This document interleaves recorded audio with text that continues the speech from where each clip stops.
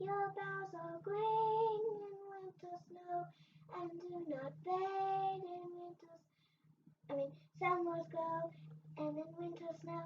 Oh, Christmas tree, how lovely are your branches.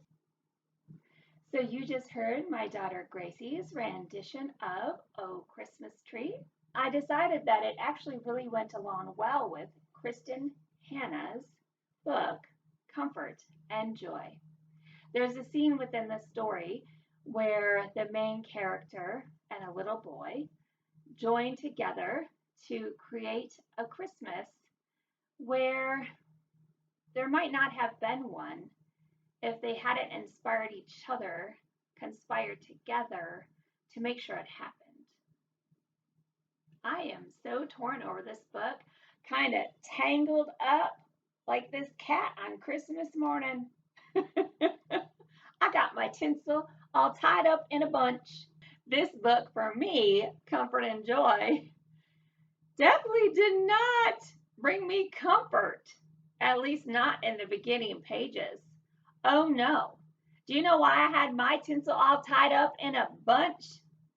It's because in the beginning of this book, it reads like you're watching an episode of Jerry Springer. Remember him? And I thought Embers was bad. Two best friends, one wife, and the shenanigans that happened there. How I shared with you how it related to my own life. This book is far worse. Like I said, there's no comfort there. This love triangle involves two sisters and one husband. Oh, you heard that right. Two sisters, one husband. What?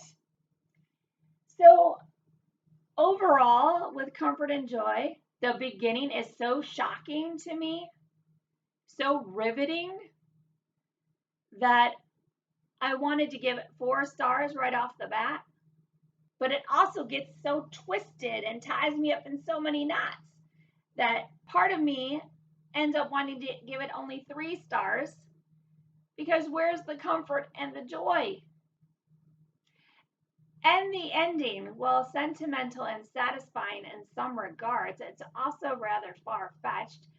And oh me, oh my, I just don't know what to do with this book. I can't get past the ease in which the main character is able to forgive her sister.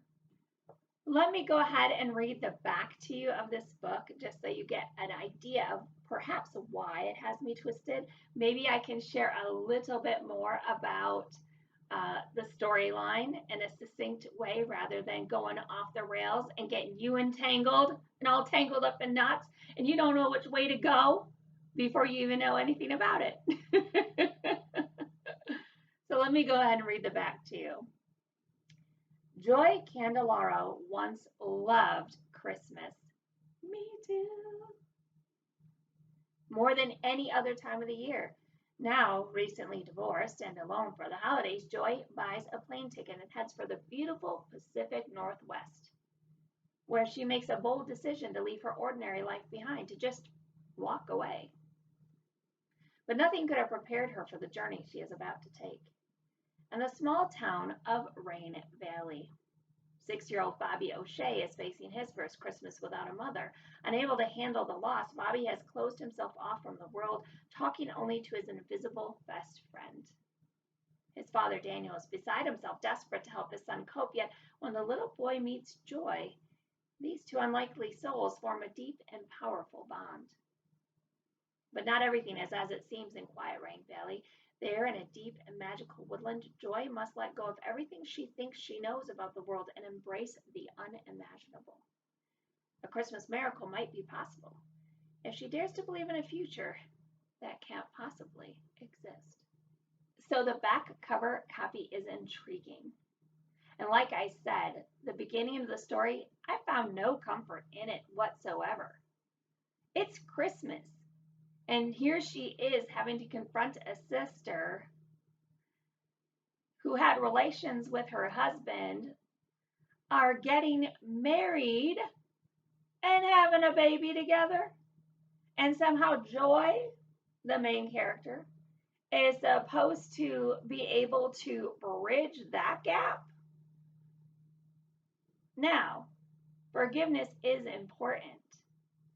But one of the major reasons why Comfort and Joy for me only can get a 3-star rating, I find it a little far fetched that even though her sister ends up coming to her aid to assist her, doesn't think she's crazy for all the things she's experienced, which I'll get into in a moment, is by her bedside while she's recovering, I don't think it's enough to warrant the ease in which they find their way back to being close sisters. I just think this whole situation is a little too messed up. I can forgive, but I'm not going to forget. I can forgive, but how could a relationship between two sisters after that level of betrayal possibly ever go back to anything resembling what it once was? There can be no trust there. The first chapter is Jerry Springer, the whole thing. The second chapter, of all things, a plane crash. It's so unexpected, so crazy. You didn't see it coming. It is incredibly fast paced, realistic. I did not see that coming as part of the storyline. It took it in a whole different direction than what I had imagined on the outset of having read the back of the book. I'm thinking it's going to be one thing, and that plane crash took a nosedive, and somehow miraculously, she was able to walk away. And she decides that because she wasn't on the manifestation, it was like one of those small planes, and she's not on the manifestation list, she's not accounted for, that somehow she was able to slip on the plane right under the radar. This is the perfect opportunity for me to just slip away, walk away, stumble away, find my way to the nearest town and start over, live anonymously, just leave the old life behind and begin anew. Now, in this Rain Valley, which I find it's aptly named, being in the Pacific Northwest, I live in Juneau, Alaska, and can attest to the rain. So, Rain Valley is a very appropriate name. You think of Rain Valley, and you get this sense of immense forest and trees, and then it opens up into a very quaint, small town atmosphere. And that part of this book, because it's quaint, small town, old fashioned, you think cozy lodge, and that's what she finds. The thing is, she ends up discovering that at this lodge, a young boy has lost his mom very recently. This is going to be his first Christmas without his mom. His mom and this little boy had run this lodge together. Now, because she's passed away, the father enters into the picture. This little boy Bobby's mother and father had been divorced. So Joy is walking into kind of a chaotic scene, but somewhere where she ends up being needed. Joy is childless. Her marriage is over. She's always wanted a little kid of her own. So she takes naturally to little Bobby O'Shea and just befriends him and spends time with him and is welcomed by him, and she welcomes him into her life, and it's a beautiful thing, and this quaint cottage in this beautiful little town, you can't get over it. And so for the next good half of the book, it's all about this evolving relationship between Joy, Bobby O'Shea, and Bobby O'Shea's father, Daniel. Now, during this time that she's with the O'Sheas, she ends up seeing that Bobby has like an imaginary friend. He says that it's like he's talking to Daniel, his dad, believes he's seeing and talking to his dead mom. And because Joy's with them, you assume that the imaginary person that Bobby is having a relationship with is his mom, just like the father does.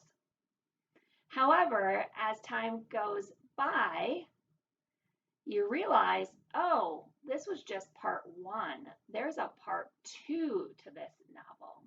Part one wraps up with Joy promising she's going to be there still for Christmas morning, and after Christmas morning, she'll leave.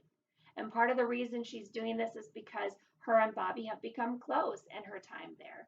And he's missing his mom, and she's like a substitute mother figure, right? She's bringing joy back into Christmas, bringing joy back into the everyday. She's living up to her name in little Bobby O'Shea's life.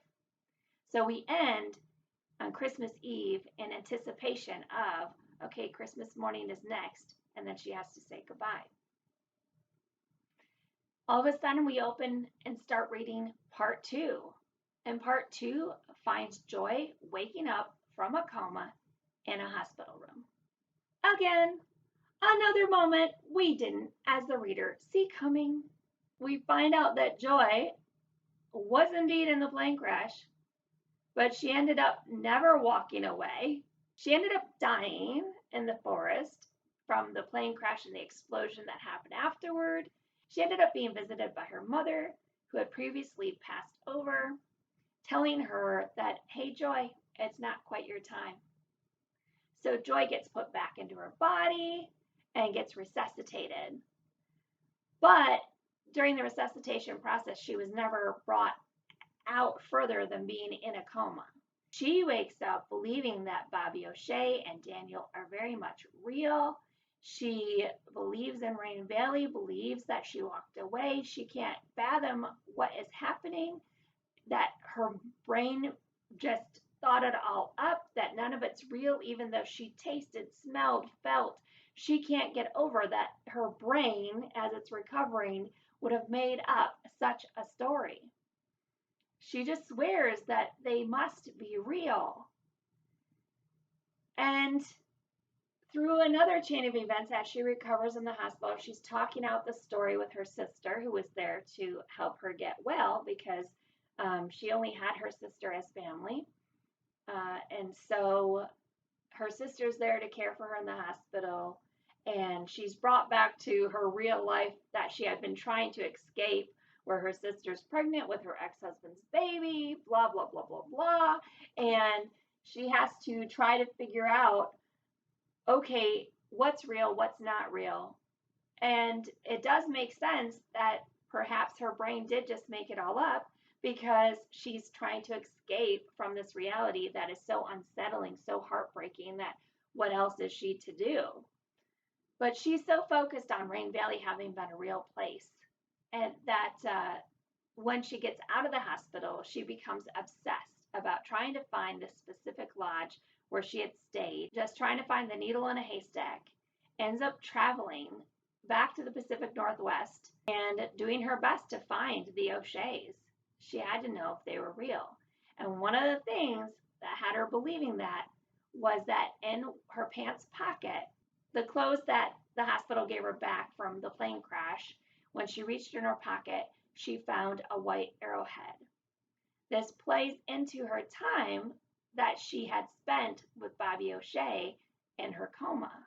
It ends up tying in this whole idea of astral projection, that somehow while she was in a coma, it wasn't Bobby O'Shea's mother's spirit that he was seeing and visiting with. It was actually Joy. That while she's in this coma, she's suspended between life and death, and somehow her spirit was able to travel to where Bobby O'Shea and his father Daniel were at a lodge. And she was able to, everything that she had imagined, she was experiencing with Bobby in spirit form. And Bobby, because he's a young child, was more attuned to these things and could see her. And so for him, it wasn't some imaginary friend. She was very much real. She ends up finding the O'Sheas in Rain Valley. It had a different name, but it's all the similar features of the town. Everything was there. The people were there. The O'Sheas were there. And she ends up finding Bobby playing and says hello to him.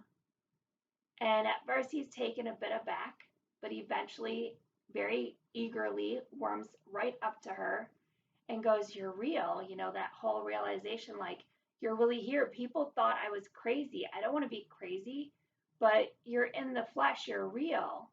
And Joy's like, "Yeah, I am. And I don't know how it happened either, but I know it's real." And he's like, "Well, you missed Christmas and you promised you would be there for Christmas." And right around that time, she had been waking up. And so she wasn't able to be there in spirit anymore because now she's coming to in the hospital. He tugs her along and brings her into the lodge and introduces Joy to his father, Daniel. And because of Bobby's consistent talking about Joy, how wonderful Joy was, how much Joy was helping him, all the conversations he and Joy had had, blah, blah, blah, blah, blah. Somehow Daniel's like, "You're the miracle. You're the gift we've needed this Christmas." And Daniel and Joy kiss, and they have this reunion as if all of this is just some magical, surrealistic, amazing sauce happening, and they accept it as otherworldly and yet something to embrace, just like Joy. It had me tangled up in knots, had my tinsel in a tangle because it's so like, what? And then what? And then no way. Is this even possible? And perhaps that's why it says it's a fable. Because it's a little too far fetched, a little too no way, right?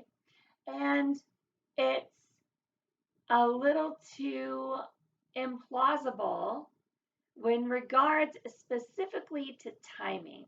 And that's what causes me to give this book a 3-star rating. The implausibility of an easy fix between two sisters with that level of betrayal was it's just way too fast of a fix. Same thing with the end of the story where the spirit Joy ends up showing up in the flesh and she's just so accepted like that, like the snap of a finger, the blink of an eye. She's just accepted just like that into the family. And I can get that from Bobby O'Shea's perspective because he's a little boy, but I don't understand it so much from Daniel's perspective as a grown man. Yep, people are lonely. Things can move fast when there's chemistry. And that like kind of like lightning strike electricity. But I still think it's a little too far fetched for it all to have come together so seamlessly. In some ways, this book is a perfect Christmas read. Truly is. It's shocking, but does end up being heartwarming. And you're in a lodge in basically a rainforest. I mean, come on. With a handsome single father and a beautiful little boy. I mean, what more could a single woman want who's in her like 40s, right? So it's just you have to go into it knowing that, okay, this is going to blow me away and it might not all make sense, but I'm going to go along for the ride anyway, because in the end, it does live up to its name. There is comfort and joy. Surprisingly, shockingly, there is. All right, friends. Thank you again for being here. Thank you again for being a part of this BookTube YouTube channel. Please don't forget to like, subscribe, ring the notification bell, and come back for another round of fun with Jenny Luez. Thank you so much, friends. Until next time.